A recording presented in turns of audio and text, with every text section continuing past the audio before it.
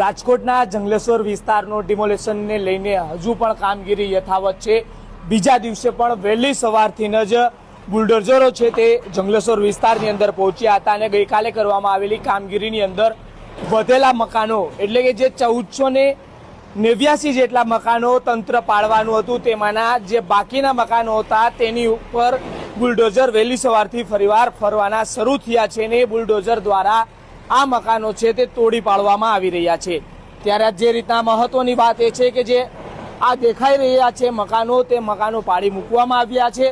જ્યાં માત્ર મકાનો જ દેખાતા હતા ત્યાં માત્ર અત્યારે એ જ મકાનોના ઈંટોના મલબા જોવા મળી રહ્યા છે। આજે તંત્ર દ્વારા કામગીરી કરવામાં આવી છે। આ મહત્વની કામગીરીને લઈને માત્ર એક આ વિસ્તારની અંદર ગેરકાયદેસર દબાણો હતા એટલું જ ન હતું, પરંતુ જે રીતના ગઈકાલે હર્ષ સંઘવીએ કહ્યું કે આ વિસ્તારની અંદર ગુનાહિત પ્રવૃત્તિઓને પ્રોત્સાહન આપનારાઓનો અડ્ડો બની રહ્યો હતો ને ગુનાહિત પ્રવૃત્તિઓ કરતા ઘણા લોકો પણ રહી રહ્યા હતા।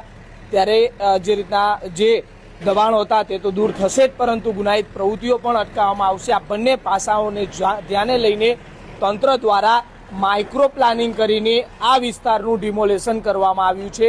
આ વિસ્તારના ડિમોલેશનમાં અત્યાર સુધીમાં 1000 કરતાં પણ વધુ એટલે કે જે નવો આંકડો તો હાલ અત્યારે સચોટ નથી, પરંતુ જે રીતના કહીએ કે 1200 જેટલા મકાનો અત્યાર સુધીમાં પડી ચૂક્યા હશે।